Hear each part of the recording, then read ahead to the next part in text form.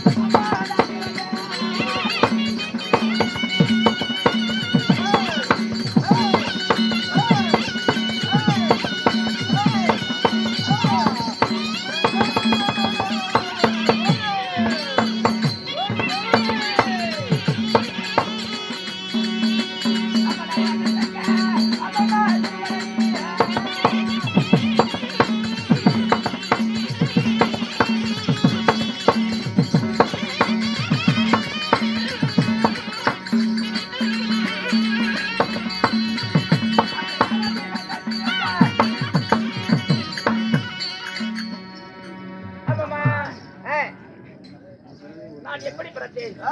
பிறந்தவள் தாயின் அங்கத்தில் பிறந்தேனா? எப்படி பிறந்தம்மா? ஆனால் நான் ஒரு யாகத்தில் பிறந்தேன். யாகத்தில்? என்ன யாகம்மா? யார் செய்தா?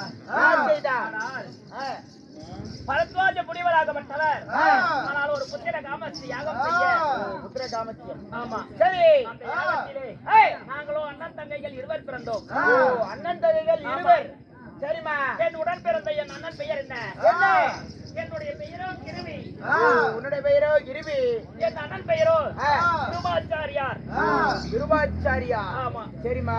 இப்படி இருவர்கள் பிறந்து யாரை மாலையிட்டேன்? யாரைமா மாலையிட்டேன்? என் கணவர். உன்னையும் மாலையிட்டு வேலையும் விட்டு யாருமா?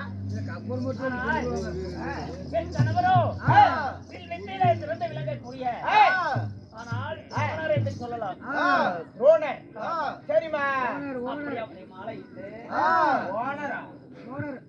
கணவன் மனைவியாக வாழ்ந்து வந்தாலும் இன்றைய தினத்தில் நீ வந்தாயே என்ன காரணம்? அதிசீக்கிரமா அனைத்து சொன்னாருமா.